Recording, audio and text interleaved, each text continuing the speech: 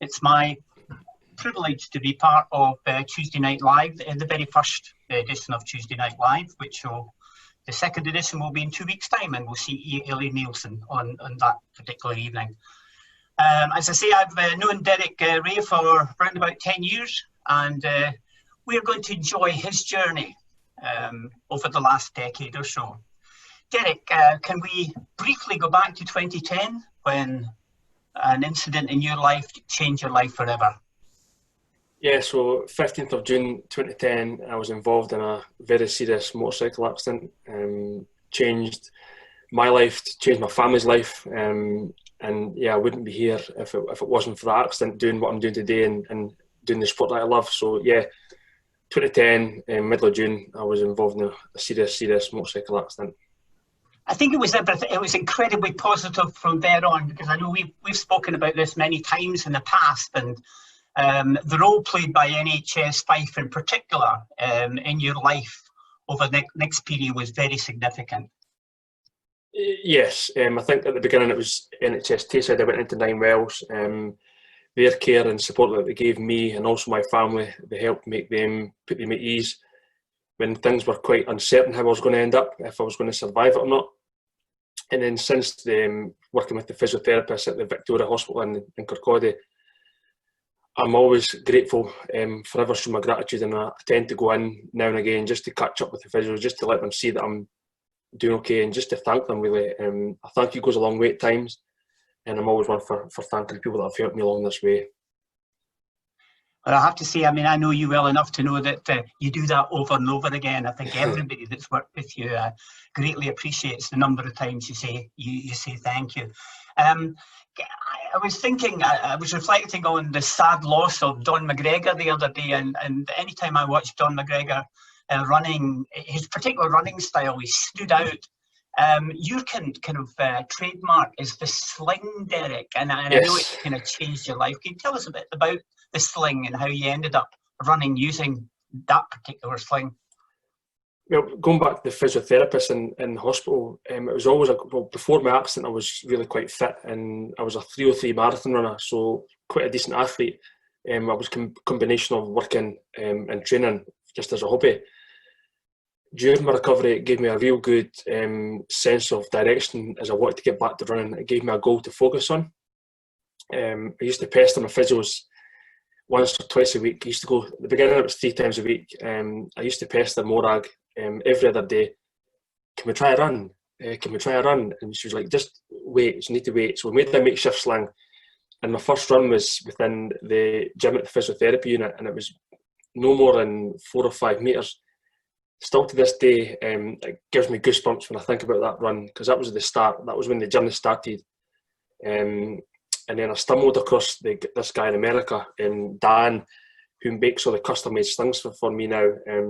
Just by sheer luck, I put up a post on a running forum saying I had an accident, I was requiring a sling to support my arm, can anybody point me in the right direction? Someone gave me Dan's email address, and then, yeah, it's been an amazing relationship since then. What exactly were these early years like? I mean, prior to your accident, you had been a runner using 2 arms, and then you started running again. That must have been really quite challenging time. I think because when I was in the hospital, Richard, I really went back to the very beginning. So I had to learn to walk again and do. I used to be right-handed, so I had to learn to write. The frustration of not being able to cut food up the way I used to, simple things, but you learn to be adaptive. If there's a will, there's a way. And something that used to take me 2 or 3 minutes would now, at the beginning, would take me a lot longer. One thing I do remember is it was Christmas time, Christmas 2010. I was at Susan's mum and dad's house, and I thought, I'm going to write some Christmas cards. And I wrote no more than 10. Took me around 2 to 2.5 hours. I was mentally exhausted at the end of it, and you couldn't read a single letter I'd written. It was really bad. But you got to persevere, and you got to want to do it. And you certainly persevered, and you certainly wanted to do it. There was a desire. At what time during those early years did you become available of the Paralympic Games, or were you aware of them before you arrived in our office? Not to the degree I was post-accident. So I started running. I remember my first run in the physiotherapy unit was towards the end of 2010, and my first run outside was round a football pitch at St Andrews High School with Susan. We had the dogs with us. There must have been 8 or 9 inches of snow on the ground, wearing my dad's Wellington boots actually. The slings that they made for me in the physiotherapy department, I had that on, and I went around one lap of the football field, and I had more endorphins that day than I've had finishing the marathons I did before my accident. I really thought, I think this could happen. I might come back from this to be the person I used to be. And then the harder I worked with the physios, the more I was wanting to run more. I remember Susan at the beginning, I used to drag her around the streets, and the first few runs, I'd be running with Susan. Then after a few weeks, she'd be running with me, and I kept saying, "Are you okay? Are you okay?" And she used to hate that. So I ran the Edinburgh Marathon in 2011. One of my memories of hospital was, no, I don't remember very much, it's Susan and I sitting. So I ran the Edinburgh Marathon 2 weeks before my accident in 2010. Susan and I sitting discussing, I think she had entered the full marathon, and I was going to help her, try and help her prepare for it. At that time, I would have happily taken, if I could run 5 or 6 miles unassisted. Fast forward a few months, and I was on the start line of the Edinburgh Marathon in May 2011. Since then, since I really started running competitively, I became aware of Disability Sports 5, and it's actually someone I know personally, Graham Bennison. He knew you. I remember the race. I asked him. One of my mates put my name forward to Graham Bennison to get in touch with you. And since then, since that day, I remember sitting at my work at that time, chatting to you on the phone, and you've had a big impact in my life. You've helped change my life. You've opened up so many doors.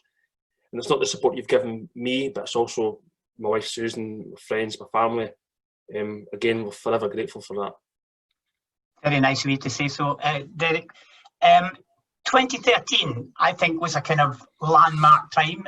If I recall, that was the year you got your first Scottish Fest trip to Dublin, would that be right? So 2013 was a big year for me. At the beginning of the year, I was preparing for the Edinburgh Marathon. I knew then that I had some eyes on me within British athletics. Never did I think it would escalate to the stage we're at now. And I knew that I thought within myself, for things to progress further, the best place to be recognised or to be noticed would be at London Marathon. The only way to get into London was to automatically qualify doing the good for age time. So my PB at the time was 3:03. That was pre-accident. Really focused on my training. I was still self-coached at that time, and I ran the Edinburgh Marathon in 2013 in 2:52, which got me in the good for age category for the London Marathon. So yeah, 2013 has just been a whirlwind. And then the next big decision, as you say, people will be amazed the fact that you were your own coach at that particular time. Mm-hmm. But over the period 2013-2014, you decided to think about a coach. Could you tell us a bit about that and why you decided to change? Well, I'm now coached by Ron Morrison, who's a 5AC coach, and I also train with the students at St Andrews University. I remember you set up a meeting for us to have a discussion with Ron and Don. It was early 2013 or late 2012. Far too soon after my accident, and I don't think mentally I was ready to take that athletics to the next stage. I remember sitting in the University Sports Centre. I was made more than welcome. I was never seen as a paralympic or a disabled athlete or a para-athlete. I was always taken on board as one of the guys. I remember Ron sending me the training schedule for the first time, and I looked at it and I thought, this guy wants me to run every day. I can't run every day. I applied my mind to it, but it wasn't the time, so I walked away at that point. I was always made more than welcome to come back, and then at the end of 2013, I thought for things to really progress, I've taken myself far enough. I need some professional guidance, and then Ron and I started working together in the January 2014, preparing for London, and it's went well since then. I know Ron's listening in just now, so Again, I'm grateful for his guidance and the support he's given me as an athlete and as a person. Brilliant. You've always placed great emphasis on London. 2014 was your first London Marathon. Can you tell us a bit about that event? Yeah, so Susan and I went down. We treated the trip to London as a little holiday. We went down for a week. It was a good for age, so I was in with the mass participation, which was strange, having run Edinburgh Marathon, which has a few thousand athletes, to having London, which has 35 to 40,000 starters anyway. It was just a whirlwind. I prepared better than ever before, and I knew I had a good run in me. How quick I was going to run, I didn't know. And then I finished the marathon 2:44, which really helped set things up for me. After that marathon, it really put kind of got my foot in the door, I suppose. And London's always been my preferred marathon. Although I'm Scottish, I'm a home nation runner. So nowadays when I run for Team GB, it's the support that I get on the marathon course is phenomenal. Really, really is.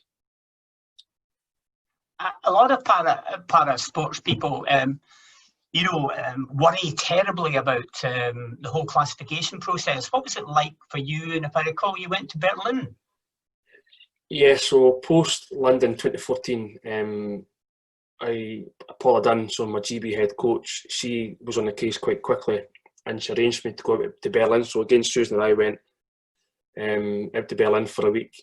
And I'd been classified by you at Grangemouth, so that was a national classification, which kind of got me familiar with the process. But to go into a room, it's quite daunting. Any athlete that's been through it, it's not really nice. Your destiny's in other people's control, really.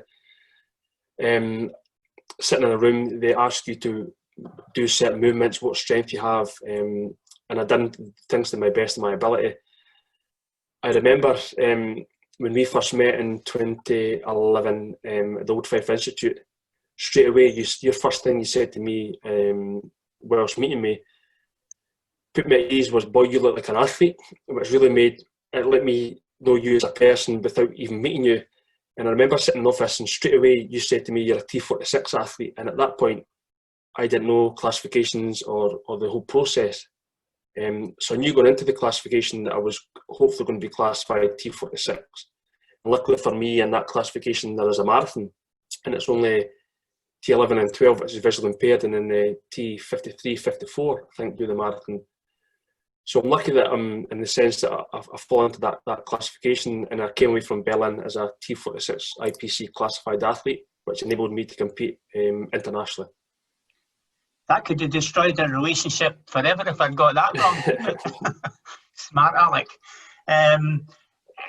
Just change the subject just a little bit. I know family means an enormous amount to you, Derek. Could you maybe just chat a bit about the importance of family? Importance of family. Family and friends, I think probably for most athletes would be the same to me. It's been monumental, especially my wife Susan. She's followed me everywhere. She's always my biggest supporter. She deals with the good runs, the bad runs, the injuries, the highs, the lows. And she's really supported me since 2016, going to becoming a full-time athlete. She's really supported me and followed the journey. And I'm forever grateful for that. My mum, my dad, my parents, Susan's mum and dad, my friends, my family, they've all really given me as much support as they can. And yeah, I'm like always, Richard, I'm forever grateful to everybody that's helped me along the way, totally. And you're part of a family that are all brilliant photographers and keep sending me great photos, so we can keep telling great stories. So well done, and thanks to them. I think the next thing, the importance of funding, Derek, because remember, people perhaps do or do not know, but you were in full-time employment at that time, but it's an expensive business being a high-performance athlete. It is. I think the biggest cost is obviously preparing for races, warm weather training and stuff. I'm very, very lucky. I have a lot of good support through local sponsors, Tax Central, some local joining the business, and within nationally it's Central Car Auctions. They've helped me massively in terms of helping me fund and supply and pay for shoes and stuff like that. So at the beginning I had a contract with Nike, so I was getting kit from Nike, but we found that hard to keep on top of. And then since then I've had amazing support through the local sponsors. So in our little 10-year journey, we're now up to about 2015, 2016, the World Championships and the World Cup. Could you tell us a little bit about those incredibly prestigious occasions? Yes, so the London Marathon really helped propel things again. And I remember being at work and my phone went, and it was a lady called Jan Richards from British Athletics. I thought, why is Jan phoning me? And then she said, do you have a minute to speak? And I was like, yeah, of course I do. Just to pass on, just let you know that you've been selected to represent Team GB at the 2015 IPC World Championships at London Marathon. To get your first representation for your country, well, to represent Fife is always an honour. I remember getting the first Scotland call-up, which was a huge honour, unexpected. And then the GB vest is just the icing on the cake. And yes, to represent your nation, it really is what dreams are made of. And it's testament to, obviously, the hard work that I had put in, but the support I had been given back to 2010 from the surgeons, the physios, the nurses, and then to my coaches, to my family, to Susan, to my teammates, my club mates. Everybody played a part in that journey to get me in and onto that start line in the red, white and blue of Team GB. And then since then, my performances just keep getting better and better, and hopefully I'm nowhere near the end of that yet. So now up to 2016, you're the 25th athlete from Fife to become a Paralympian. You want to share with us your first Paralympic Games and the whole Rio experience? It was a complete whirlwind. Even after, so 2014, 15 and 16 and 17, so I PB'd at London Marathon every year. So I ran really, really well in 2016. Did I run you may have the times in front of you, 2:33 in 2016? Yeah. I was well under the qualifying time, but I was kind of unaware that your selection can all depend on your world ranking. It's your likelihood of medaling. You can be 20 minutes under the qualifying time, but you're someone who's 2 seconds under the qualifying time can be selected on top of you. So right up until I got the phone call from Paula, I had done everything I can possibly do in terms of gaining selection, but I still didn't think it was going to happen. And it was a Monday. I knew they were having a team selection meeting that day, so the team selection falls into rounds. If you're ranked first or second in the world, you basically you fall into the first round of selection. Then it's relays, then it's round 3 for basically the last picks. So I waited all day at my work. I knew the meeting was in the morning. I waited all day at work for a phone call, good or bad news. And I waited and there was nothing. And then at the end of the day, my phone rang. I thought, bingo, this is it. I pulled my phone out of my pocket and it was my mate. So I just put my phone straight back in my pocket. I thought, I'm not in a mood to speak to him. I walked home from work, phoned Susan, and I said to her, no phone call, can't be good news. I think Susan was on tender hooks all day as well. So that evening on a Monday, I have quite a big session. I went out on my Monday session, totally hammered myself, I buried myself, thinking, well, I've not had a phone call. And then I was in the garage getting changed after my run, and Susan came bounding to the front door. Dale, you've got a phone call from Paula. And then I came in, listened to the voicemail, and it was good news to say I'd been selected. Susan and I were arm in arm, singing, dancing, jumping in the living room in tears. That's a day I'll never forget.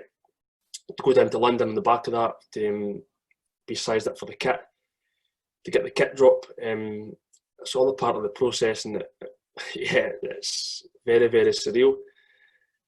I remember I flew out to Rio quite late, so I was on my own. So British Airways gave me an upgrade on the plane, so I got upgraded to business class going out, which was an honour. I was saying to the air hostess, "Can you take a photograph?" And I'll send it to my wife, like someone had never done it before. And then I remember in the village when I got to Rio, walking from Aileen, she's been very successful Paralympian. She can vouch for me on this. When you go from your accommodation to the food hall as a first-time Paralympian, you stand at the village and look around, and I was thinking, how did this happen?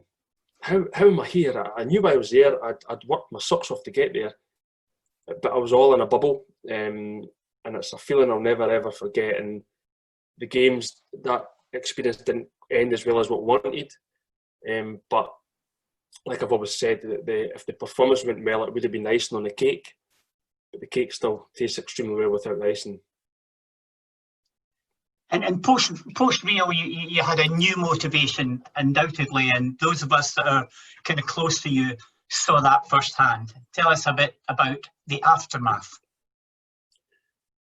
The aftermath from Rio was similar to after my accident, really. After my accident, I changed physically and mentally, and after Rio was similar. After my accident, I'm not afraid to admit this, I was embarrassed at the way I looked. I didn't avoid speaking to people, purely because I didn't want them to see me how I was. Rio was the same. When I came back from Rio, although I'd been selected, I was honoured to be, and I'm now a Paralympian. In my eyes, I was a failure. I didn't like that, and it gave me an immense new drive for that not to happen again. Once I got over that, really I was motivated to be the best athlete I can possibly be, and that's when Susan and I took the decision to give work up. And I've only got one real good go at this, Richard, and it won't last forever. So we can look back in 10 years' time, 15 years' time, and think, well, we threw the kitchen sink at that, and with no regrets. So yeah, it gave me just a new drive, a new motivation for that not to happen again, and to prepare as best as I can for any future events. You certainly were never a failure in the eyes of any of us, and becoming a full-time athlete is what it was all about. And the support from the Scottish Institute of Sport was enormously valuable to you? Huge. In terms of now, if I need a physio appointment or anything along those lines, I phone in the morning, I can be seen later that day or the following day.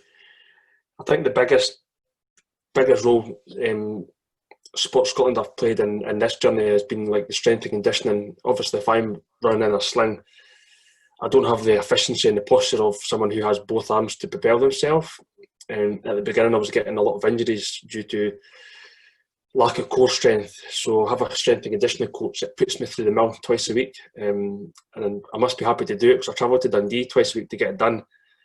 And that's been monumental to us. It's really helped my efficiency, my economy and injury prevention.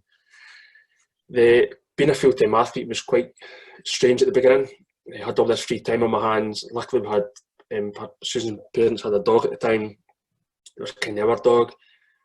She used to walk Finn most days or every day, and he kept me focused. The biggest thing for me, Richard, was being able to recover and prepare food. I wasn't doing things rushed. So before, I used to get, when I was working, I'd be up at 4:20 in the morning to go for a run before work, do a full shift and run again at night, whereas I didn't have that on my hands anymore. So I could go to physios any day of the week. I can have a sleep in the afternoon if needed.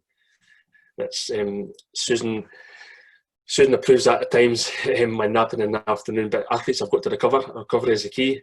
And yeah, so being a full-time athlete has really helped the journey as well. The training programs that you had overseas, or the training sessions overseas, have been quite memorable. Kenya, Flagstaff in Arizona, and of course your trial run in Tokyo. After the disappointment of Rio, Susan and I, we kind of sat down and we said, we've really got to look at this and change things up.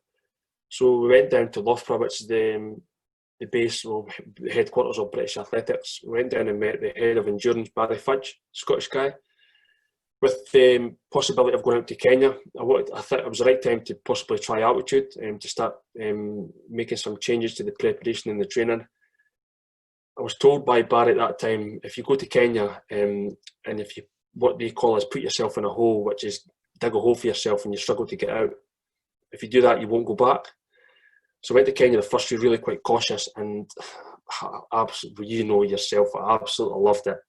And the most difficult thing was being away from Susan, from Finn at the time, and friends and family.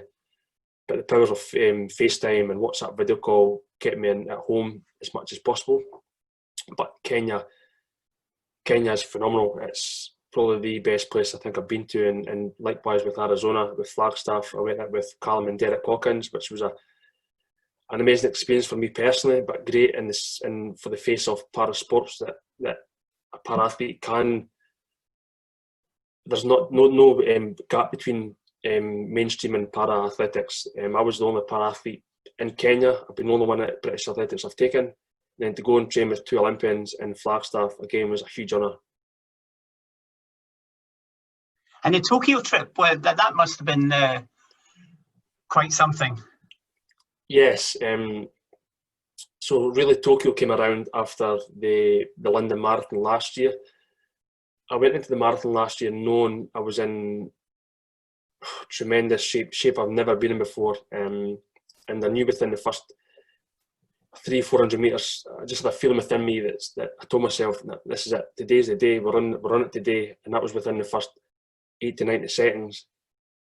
London went well last year, in which Paula Dunn had suggested to go up to Tokyo to recce run in those conditions. So I went out and ran a half marathon.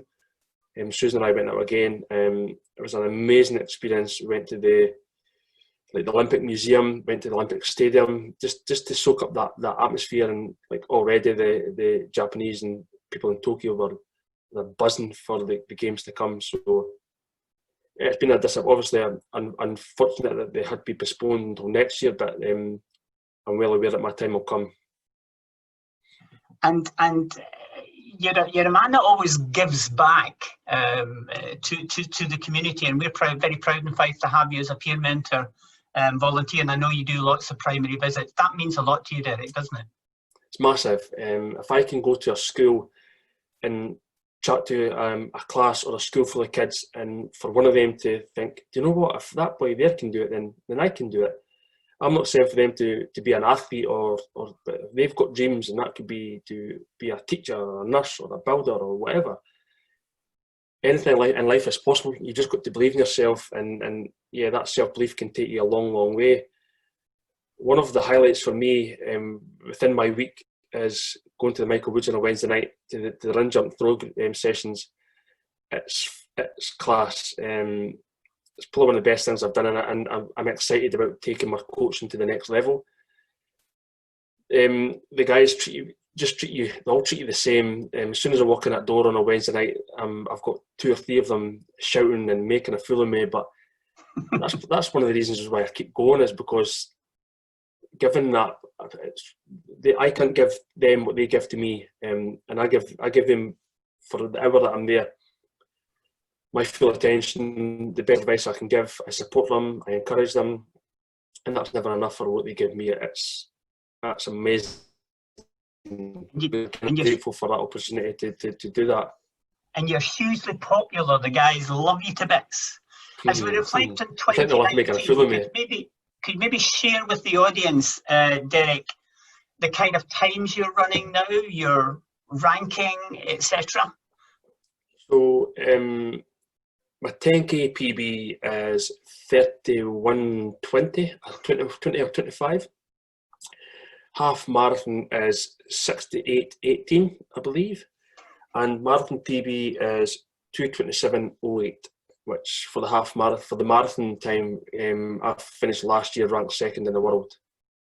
And the mad thing for that, Richard, is, in my eyes, I'll never forget where I've came from, and I've come from a position that I was fighting for my life, the rehab, the building up strength, the confidence, to that. Fast forward 10 years or 9 years to that is just amazing, really, really is, and I'm grateful for it every day for that. It's brilliant. It's kind of jaw-dropping when you list those times. 2019 has been a wonderful year, as I say, but What next for Derek Ray? Obviously the big goal was going to be for Tokyo this year. I would have found out, I think, May or June about selection. That's been postponed to next year, which I think was definitely the right call to make. This virus is affecting people's lives, so that's nowhere near as important. That's more important than any sporting event. So as I said to you earlier on, Richard, my time will come. I want to go to Tokyo, not to be a number. I want to go and be a competitor, and I believe I've got the self-belief, the team behind me, the drive, the enthusiasm to stand on that start line, and for these competitors to think, right, if Derek Ray's going to run well today, we need to raise our game. Brilliant, absolutely brilliant. That's my series of questions, but I've got a few questions that have been sent in by some of the individuals that are in the audience this evening. And the first one I'll kick off is an Aileen Nielsen question, so you're under pressure here, Derek. Who are the influences, the real influences in your career to date? I've had a lot of sporting role models and over the years. When we went to a talk with him, Circus Hoy, huge inspiration. But I think who inspires me the most, and I'm not just saying this for brownie points, it's my wife Susan.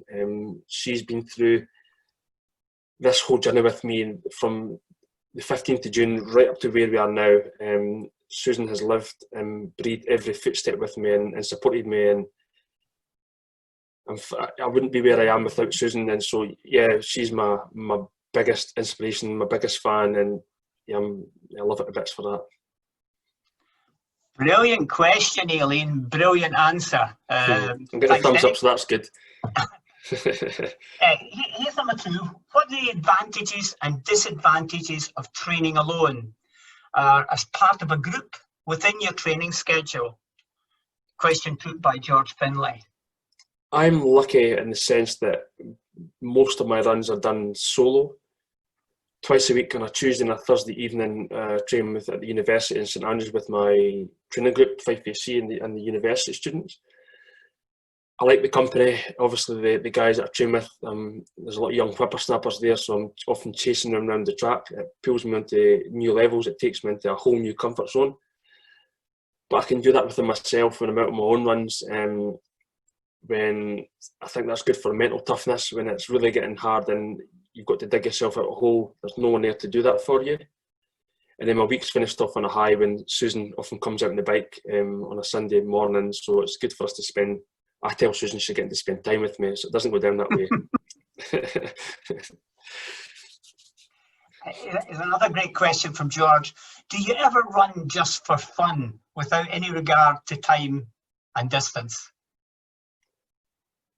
It doesn't matter if I've got a watch on or don't have a watch on, Richard. I love running. Running's fun to me. Even the sessions, I've seen myself in St Andrews or at home on a Monday. I've been at the end of the session. My hands are on my knees. I'm retching. It's that bad, and I think I love what I do. I love doing this, and there's a reason. But it draws me into every single day. I don't, even during the winter when I could lie in bed and hear the wind and the rain hammering off the window. I know it's not any warmer than 1-2 degrees outside. I still love going out and doing that. It's a big. I get a lot of joy from people telling me that I'm an inspiration to them, because I've had a lot of inspirational figures in my life. So that I think that also keeps me going and encourages me as well. But every run for me is fun. Here's a question. I don't recognise this name. Callum Sloan. What advice do you have for young para-athletes starting out on their journey? Callum, the young Callum Sloan. Trust the support team around you. You're never going to get to the goals that you want to get to on your own. Sometimes, let's take myself and Ron's relationship, for instance. There's times where he's guided me and given me training schedules or a session. I think I possibly should be doing something different. Whereas you've got the people behind you in your corner that are the professional people. You've got to learn to trust them and work with them. I think also as well, to answer Cam's question, you've got to believe in yourself. Not every day is a good day. every day's a school day. You learn something every day, but not all sessions or races or runs go well. But the ones that don't go so well, there's always the next day. And I think you learn more from the harder challenges in life and the sessions and the runs that don't go to plan. They're the runs where you can reevaluate and take a lot from that. Wise words, as always. Another question from the Sloan family. What achievement are you most proud of? I would have to give you three, and I'm sorry to Gail and Callum and the rest of the Stones. I'd have to give you three. The first one obviously would be being selected to compete for Team GB in Rio was a huge honour, and it's something I never ever thought I would get to experience. The second one would be the performance in London last year. Was a dream to run that time. And then the last one would possibly surprise a lot of people, that the year London Marathon 2017 was obviously my first marathon after the setback of Rio. I PB'd in the race, and it also allowed me to see, and others to see, that I've still got the drive and the wit and the grit and the determination to put adversity to one side and really battle through the tougher times. And then that's probably what it means the most to me is battling back from the upset of Rio, and then I think I finished in 2017 in bronze position in the World Cup, so my first major medal as well. So it has a lot of positives from it as well, Richard. Brilliant. Okay, a great question. This one, being a marathon runner, you have a lot of time in your own head. How do you manage your head space? I don't know who posed this question, but it's a cracking question. What I find most useful, certainly when I'm on warm weather training camps, I'm there usually on my own. Susan would come out for maybe like a long weekend or for the last week of the stay. What I've done for London the last few years, Richard, I've really lay on my own, and I've put myself, because I've run so many marathons now, I know what it feels like to go through the first mile, through 5k, through 10k, through halfway. And when you get to 20 miles, that's when the race really starts. That's the last 10k is the hardest bit of a marathon. And that's when you've got to deal with the doubts and the negative thoughts, and you're thinking to yourself, why am I doing this? There's surely better things to do on a Sunday morning than put yourself through this. I go through those emotions in my head, so I really start battling them. So when that does happen on race day, I think to myself, well, I've been here before. Just a few months ago when I was in Tenerife on my own, knocking out the miles, knocking out the hard sessions, I thought about this and I went through this and I'm ready for this. So this marathon won't defeat me. So anything that's going to throw at me, then I'll tackle it, I'll take it, and I'll run through it. So try and visualise as much as you can. Try and go through the pain, through the hurt barrier. And yeah, and that's my biggest, my advice would be on that, definitely. There's a couple of really tough questions coming up in the preset questions coming up, Derek, so you have to be on your toes here. Mm-hmm.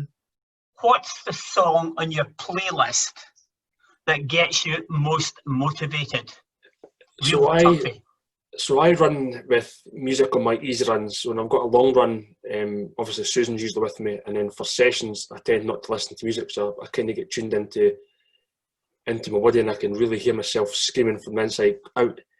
On easy runs, I listen to dance music, a lot of stuff from Ibiza, a guy called Mr. Jam he's just brilliant. So I'm into DJing, I'm into dance music, so I really listen to a lot of house music, especially the classic stuff. And my dad really got me into that type of music years and years ago when I was a youngster playing football. So I always remember, my dad, a huge inspiration in my musical choice. That's definitely where I've been going wrong when I go out running then, is that it? I beat that. I never thought I would, yeah. I thought it was Nat King Cole, so I've got it really wrong. So there's another question came in from a very wise person within Scottish disability sport, an outstanding international coach, would you believe? She asked the question, could you identify your top 3 biscuits? I'm not a biscuit lover, but I do love, well, I'm just going to contradict myself here, sorry. My number one biscuit of choice has to be a milk chocolate digestive. It's plain, it's basic, but it's amazing. Susan laughs at me whenever I have one because I've got a routine, a set way of eating them. I don't know why much makes me do that.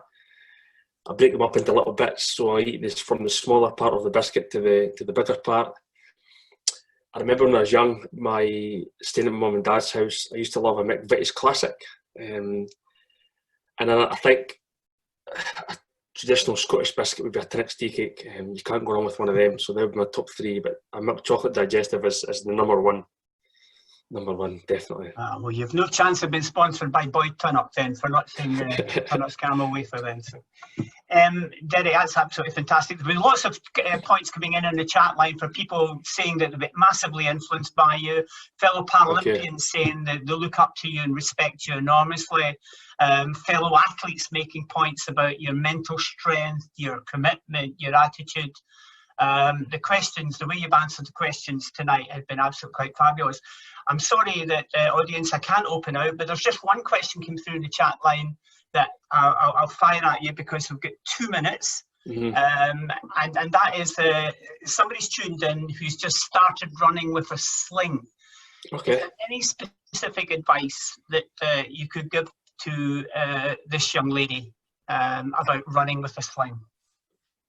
I know for myself, Richard, when I first started out in my sling, I really had to forget how I used to run, forget how I used to be able to force myself and drive myself using 2 arms, really start from scratch. Don't be too hard on yourself. Allow yourself to learn the trade again, and really enjoy running for what it is. It's great for your health and well-being and your headspace. So running's been my